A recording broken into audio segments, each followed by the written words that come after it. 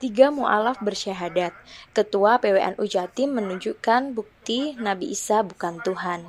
Ketua PWNU Jawa Timur Kiai Haji Marzuki Mustamar menuntun ikrar 2 kalimat syahadat 3 mu'alaf di Masjid Al-Akbar Surabaya Jumat 25 September 2020.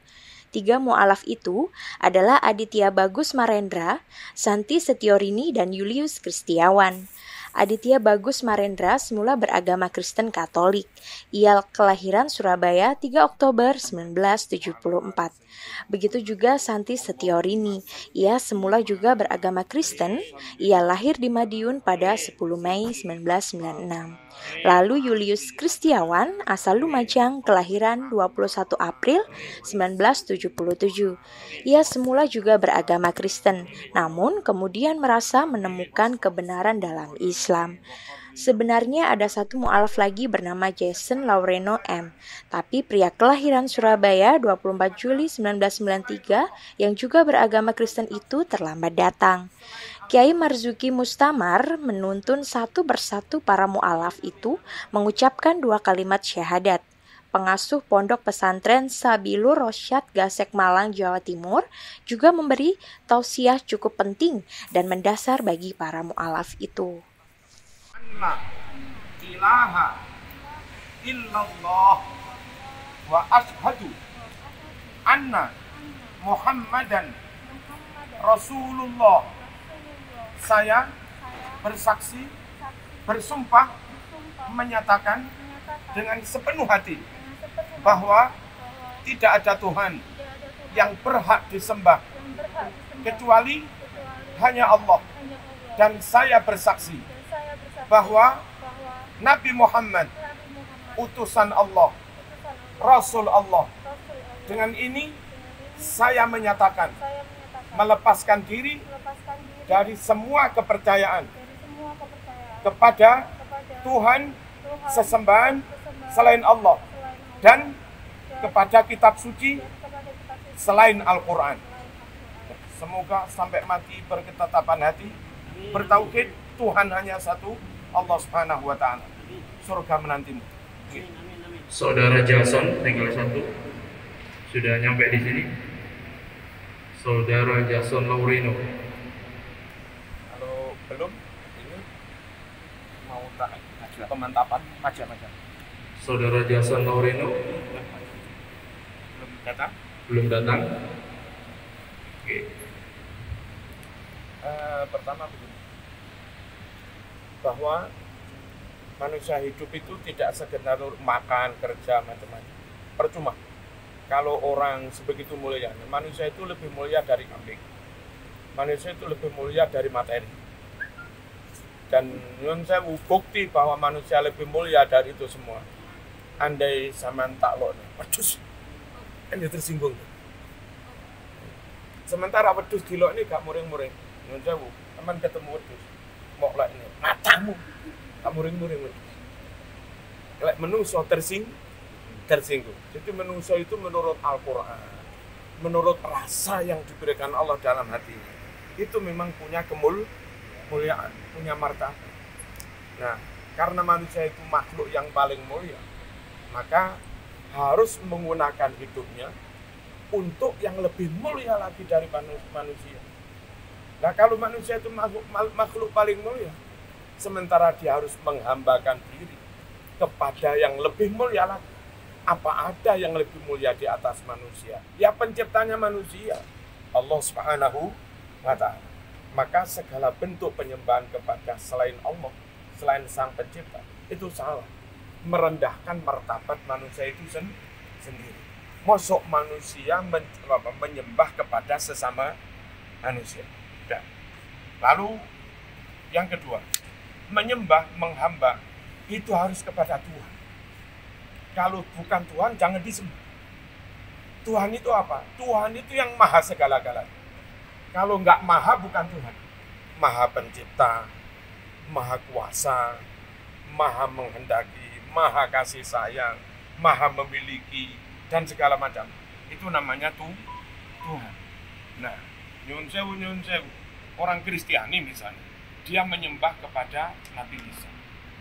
Apa Isa itu Tuhan? Apa Isa itu maha pencipta? Kalau disebut Isa itu maha pencipta, menciptakan jagat, ya enggak. Wong sebelum Isa lahir, jagat sudah ada kok. Berarti bukan Isa yang menciptakan Tuhan. Maaf, bukan Isa yang menciptakan jagat. Kalau Isa bukan pencipta, berarti Nabi Isa itu bukan maha kuasa. Bukan maha pencipta. Kalau bukan maha pencipta, ya bukan Tuhan. Perkara beliau diberi mukjizat yang luar biasa. Memang nabi-nabi yang lain juga diberi mukjizat. Perkara lahirnya tidak alamiah, hanya lewat ibu, nggak lewat bapak. Nyun sewu. Allah yang maha kuasa itu ingin melengkapi alam ini. Kita ada orang itu lahir lewat bapak ibu, ya kita semua ini. Tapi ada juga yang tercipta tanpa bapak ibu, Adam. Adam itu diwujudkan Allah tanpa bapak ibu. Hawa diwujudkan Allah tanpa ibu, wong dia ibu pertama. Ya apa enggak? Kita diciptakan lewat bapak ibu. Kurang satu sebetulnya. Allah ingin melengkapi. Yang diciptakan lewat bapak ibu, kita semua ini. Yang diciptakan tanpa bapak ibu, Adam. Yang diciptakan tanpa ibu, Hawa. Kurang satu. Allah ingin melengkapi, menciptakan makhluk tanpa bapak, yakni Nabi Isa. Nah, kalau fenomena tercipta tanpa bapak, lalu kau anggap sebagai anak Tuhan, lalu kau sembah, kenapa enggak sembah Adam? Yang Adam itu malah tanpa bapak, tanpa ibu. Kenapa enggak kau sembah Hawa yang tanpa ibu? Nah, makanya kalau dalam Quran, inna masalah Isa indallah kamasali Adam. Sesungguhnya fenomena lahirnya Isa tanpa bapak, ya seperti fenomena terciptanya Adam yang tanpa bapak dan ibu. Bukan menunjukkan ketuhanannya Isa atau Adam, tapi itu menunjukkan begitu maha kuasanya, maha sempurnanya Allah sang pencipta. Dan apalagi nyun sewu, andai dicobakan mungkin di Cina misalnya kambing di cloning. Apa sih cloning itu? Ini di sekitar sini, Sulubui, itu tersebar sel-sel yang kromosomnya 46. Maaf, laki-laki kan punya sel mani, kromosomnya 23. Perempuan punya ovum, sel telur, kromosomnya 23. Kalau suami istri ini kumpul, lalu dua sel itu ketemu menjadi zigot, itu 23 tambah 23 tambah 46. Calon menjadi manusia itu 46 kromosom itu. Nah, ternyata di sini ada beberapa sel yang tanpa harus lewat talqih, tanpa lewat pembuahan antara laki perempuan, itu sudah ada sel yang kromosomnya 46. Dan kalau itu diambil misalnya, lalu dimasukkan rahim tanpa lewat perkawinan, ya memang bisa lalu tercipta menjadi manusia. Terserah Allah. Pokoknya Allah Maha Kuasa bisa menciptakan manusia 23 kromosom gabung jadi 46 jadi manusia. Bisa ciptakan Adam, kromosom nggak diambil dari sel sebenarnya entah dari mana-mana kita nggak tahu. Dari zat yang ada di surga ketika itu diciptakan menjadi Adam. Jadi sekali lagi nggak benar mempertuhan kepada selain Allah hanya karena alasan lahirnya luar biasa. Perkara lainnya luar biasa, Adam juga luar biasa. Perkara punya mukjizat, nabi lain juga punya mukjizat. Nyun sewu, Nabi Isa katanya Quran, wa ubriul akmaha wal abroso wa uhyil mauta bidzinillah. Itu di surat Al Imran, di Injil juga ada. Bahwa orang buta diusap begini menjadi sembuh. Orang kulitnya rusak, belang-belang diusap menjadi mulus. Orang mati inilah bangun, akhirnya juga hidup. Bangun, itu mukjizat Nabi Isa. Kalau Nabi Isa punya mukjizat kayak begitu, nyun sewu. Nabi Ibrahim juga itu diceritakan dalam Bible juga, minta kepada Allah supaya Allah menunjukkan kepada orang-orang yang masih kafir itu bahwa Allah bisa menciptakan lagi makhluk yang sudah mati. Allah tunjukkan kekuasaanmu menghidupkan orang yang sudah mati. Akhirnya Ibrahim disuruh ngecel-ngecel, motong-motong, ngecel-ngecel burung itu loh, dipotong-potong. Jadi, ya, Jadi lalu potongannya ditaruh di sana, potong ditaruh sana. Biiznillah, ayo gabung lagi jadi burung lagi. Jadi kalau Isa bismillah, akhirnya orang mati bisa bangun. Lalu kau anggap menjadi Tuhan. Kenapa Ibrahim bismillah burung hidup mana? Enggak kamu anggap menjadi Tuhan. Jangan dianggap Tuhan. Itu mujizat yang maha kuasa Tuhannya. Bukan lalu Ibrahimnya lalu dianggap menjadi Tuhan. Nyun sewu Nabi Musa. Ini tongkat dikeboni apa? Dipukulkan di laut merah, menyibak jadi jalan. Akhirnya mereka bisa lewat di situ dan yang lain-lain. Nabi Sulaiman juga luar biasa. Jadi sekali lagi fenomena hebatnya Nabi Isa, fenomena hebatnya Nabi Musa, Nabi Ibrahim itu jangan sampai menyebabkan kita lantas menyembah nabi-nabi itu. Salah. Mempertuhan nabi-nabi itu mukjizat untuk meyakinkan pada umat yang ketika itu masih kafir. Gitu. Itu nyembah itu hanya kepada Tuhan. Siapa Tuhan itu? Tuhan itu yang maha. Nabi Isa bukan maha pencipta. Wong Isa lahir jagat sudah ada. Bukan Isa yang menciptakan jagat. Berarti Isa bukan maha pencipta. Berarti Isa nggak perlu disembah. Nyun sewu. Lahirnya luar biasa, Adam juga luar biasa, nggak perlu disembah, bisa menghidupkan orang mati, itu mukjizat. Seperti Musa gepuk segoro juga bisa menyibak dan yang lain. Nyembah hanya kepada Allah yang menciptakan semuanya itu. La ilaha illallah, nggak ada sesembahan kecuali hanya Allah. Dan nyun sewu kalau sudah punya keyakinan seperti ini harus mantap. Resiko apapun harus berani. Dulu Bilal itu ketika konangan ketahuan konangan masuk Islam, dihajar habis-habisan, jemur di padang pasir, diambilki waktu, dipaksa supaya menyatakan kafir lagi, menyembah berhala. Bilal tetap bersikukuh ahad, Tuhan hanya satu. Ahad. Barangkali resikonya nyun sewu. Gara-gara masuk Islam sama di WA karo pacarmu, putus. Tak paten. Masih mahal Muhammad daripada sampean. Kalaupun akhirnya saya harus kelingan sampean, si akeh remaja-remaja masjid akbar sing gelem karo sampean. Sapa iki sing gelem? Rafi. Gak apa-apa, resiko itu biasa. Nyun sewu. Resiko apapun akhirnya juga berujung kematian. Nah kalau soal mati, nggak mati saiki, mati seumben. Nggak mati dengan cara ini juga bisa mati dengan cara yang lain. Nggak mati dengan kemiskinan juga bisa mati dengan kekayaannya. Sing melarat gak mati-mati, karena sing rampok. Gara-gara sugih duit miliaran, rampok ada ini malah mati dhisik. Penak wong melarat nggak mati-mati. Tapi yo aja njaluk melarat. Nyembah hanya kepada Allah. Kemudian yang kedua, kebenaran agama itu diukur dari kitab sucinya. Sekiranya kitab sucinya asli, maka agama itu asli.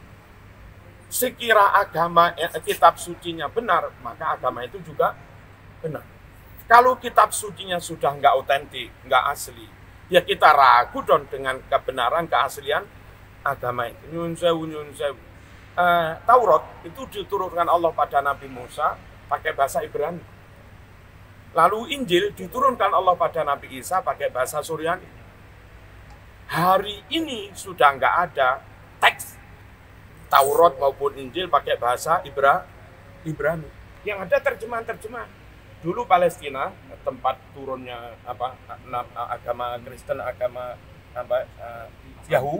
Yahudi kan dijajah Eropa, dijajah Romawi, ya kan? Lalu kitab suci ini diterjemah, dibawa ke sana, lalu diterjemahkan ke sana. Dan sekarang sudah nggak ada. Naskah pertama, kitab pertama pakai bahasa Suryani, pakai bahasa Ibrani. Yang ada orang Romawi menerjemah dari bahasa Ibrani atau Suryani jadi Bible, kemudian dari Perjanjian Baru lalu ada Ten Commandment dan terusnya itu. Kemudian dari Roma diterjemah ke Spanyol, ke Portugis, ke Belanda, ke Inggris. Lalu ketika Belanda menjajah Indonesia, Injil itu diterjemah ke bahasa Indonesia. Dari Indonesia sebagian diterjemah Madura, Jawa, dan seterusnya. Aslinya mana? Nggak ada. Yang ada hanya terjemah. Nah, nyun sewu, saya ini dosen terjemah. Berkali-kali memberi tugas kepada mahasiswa menterjemah teks asli. Lalu kita koreksi. Itu nggak ada terjemahan yang 100% persis. Mewakili makna maupun rasa dari bahasa asli. Nah, kalau Injil yang ada hanya terjemahan, maka terjemahan itu nggak bisa mewakili makna Injil asli 100%. Cuman ngerti bahasa Jawa? Oh, dikit. Untung nggak ngerti Jawa. Gini, nggak usah menterjemah bahasa kitab suci yang angel-angel, repot-repot. Kita terjemah bahasa Jawa ke bahasa Indonesia, itu aja susah. Wong Jawa itu lek tangi turu, setengah ngantuk, setengah melek, setengah ora. Kedepe berkali-kali, itu jadi kriip-kriip. Saiki terjemahno kriip-kriip ke bahasa Indonesia.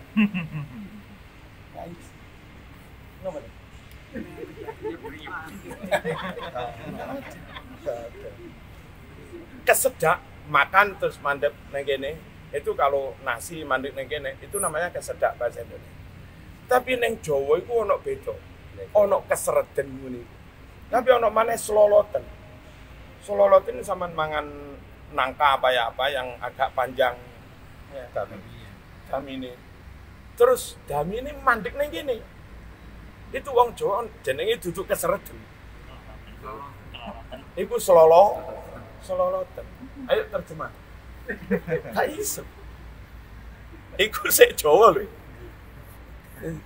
Jawa saja nerjemah ke Indonesia begitu sulit. Belum yang lain. Bahasa Inggris menerjemah bahasa Jawa nggak bisa. Gabah rais, sego rais, karak rais, menir rais, beras rais, lontong rais. Kabeh rais. Padahal di Jawa beda-beda. Ngerti ya? Jadi kitab Injil, Taurat itu sudah kehilangan teks asli. Karena hari ini, sejak beberapa tahun yang lalu, bahasa Ibrani itu sudah punah. Bahasa Suryani juga sudah punah. Seiring dengan punahnya bahasa itu, kitab asli dengan bahasa itu juga sudah hilang. Yang ada hanya terjemahan.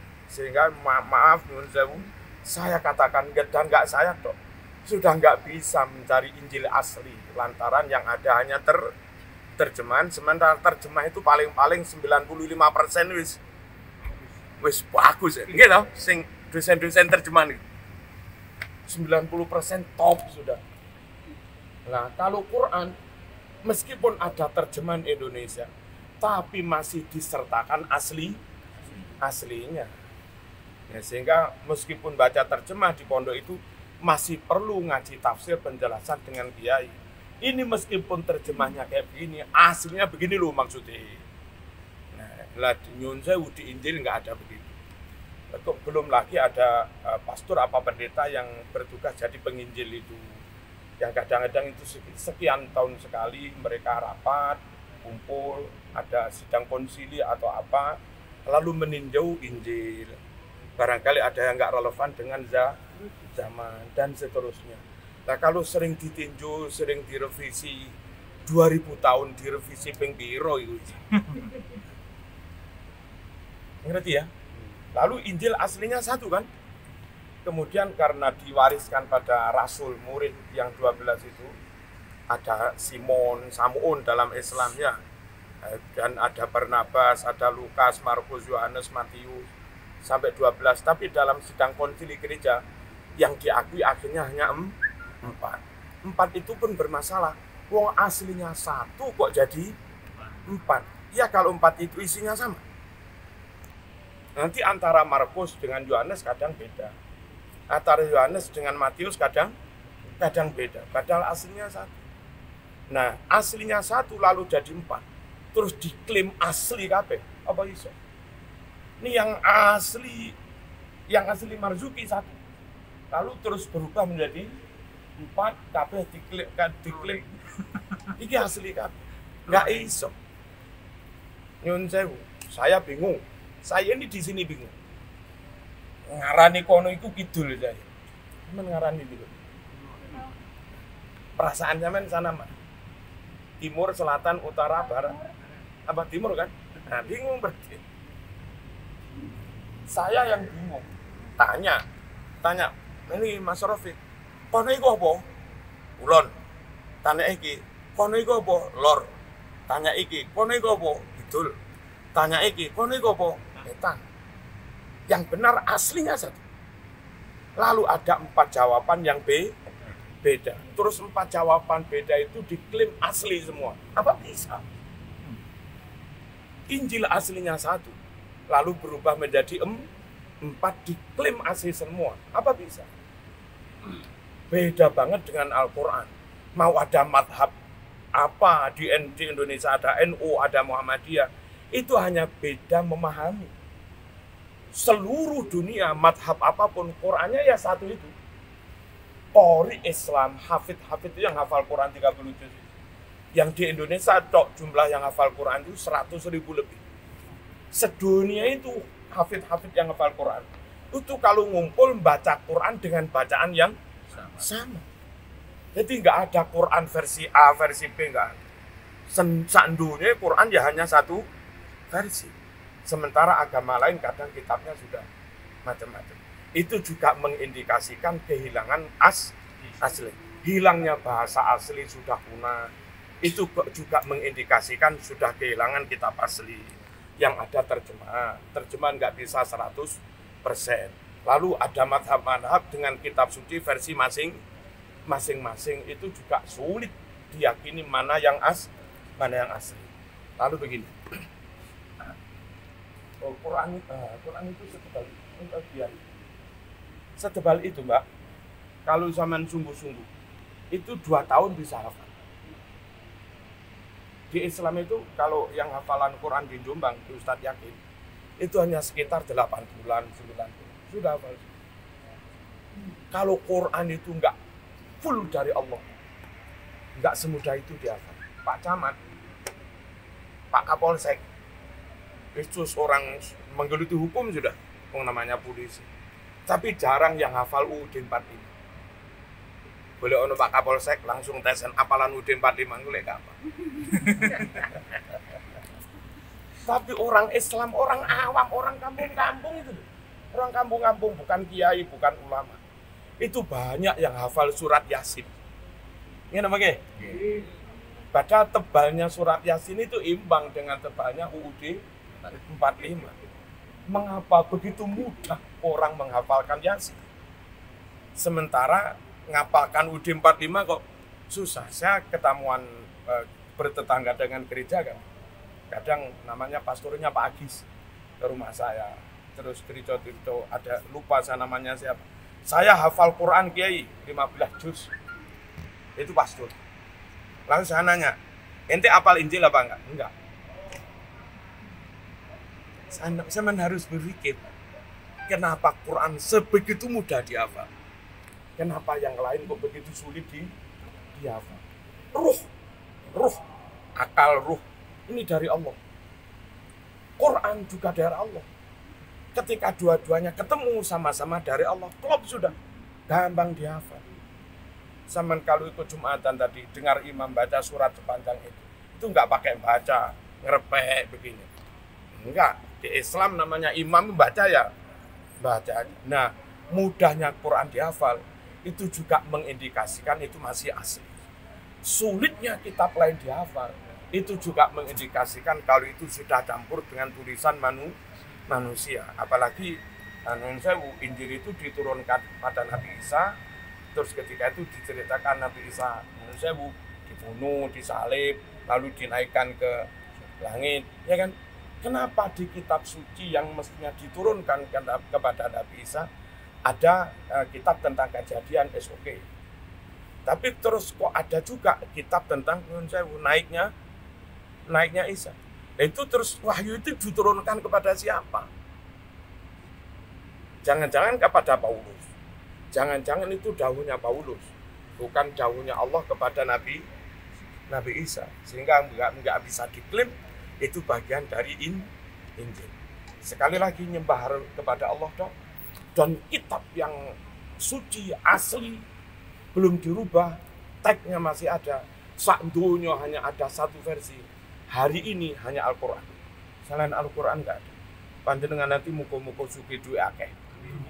Terus bisa haji. Nanti kalau bisa haji, bisa umroh minimal. Di Mekah sana ada museum. Termasuk museum kitab-kitab yang kitab Quran yang masih asli dulu ditulis di kulit kambing. Nggak pakai harokat, nggak pakai apalagi terjemah sama enggak. Jadi kalau di Islam itu naskah asli yang ditulis di kulit kambing itu masih ada. Sehingga kalau orang meragukan, nah Quran Indonesia wis nggak asli, gampang kita ngecek. Ayo pajaknya, ono tag asli dari madaknya yang di Indonesia itu asli apa enggak? Nah kalau selain Al-Quran sudah kehilangan kitab asli, naskah asli, pengen ngecek, ya gimana ngeceknya wong sudah kehilangan naskah yang pertama. Makanya Mas, Mbak, tetap mantep apapun risikonya, tetap la ilaha illallah Muhammad Rasulullah. Nggak ada Tuhan yang berhak disembah selain Allah, dan Muhammad utusan Allah, bawa kitab suci namanya Al-Quran, dan nggak usah ragu tentang Muhammad. Barangkali karangan Muhammad enggak, Muhammad umi, nulis nggak baca, nulis nggak bisa, baca juga nggak bisa, nggak mungkin ngarang kitab segede itu. Wong sarjana S1 saja ngarang segede sakmene lho, ngrepek tekan dindi. Nah, apalagi Muhammad terus sakmene dikira ngarang dhewe, nggak mungkin. Itu memang asli wahyu dari Allah. Saya kira demikian. Kalau ke Malang main ke pondok saya. Gampang nulisnya di Google niku, nge-map yang Google Map. Terus mungkin nulis PP Sabiul Rosyad Kasek. PP itu pondok pesantren. Namanya Sabiul Rosyad Kasek. Tulisannya Kasek. Diklik udah ikuti itu nyampe.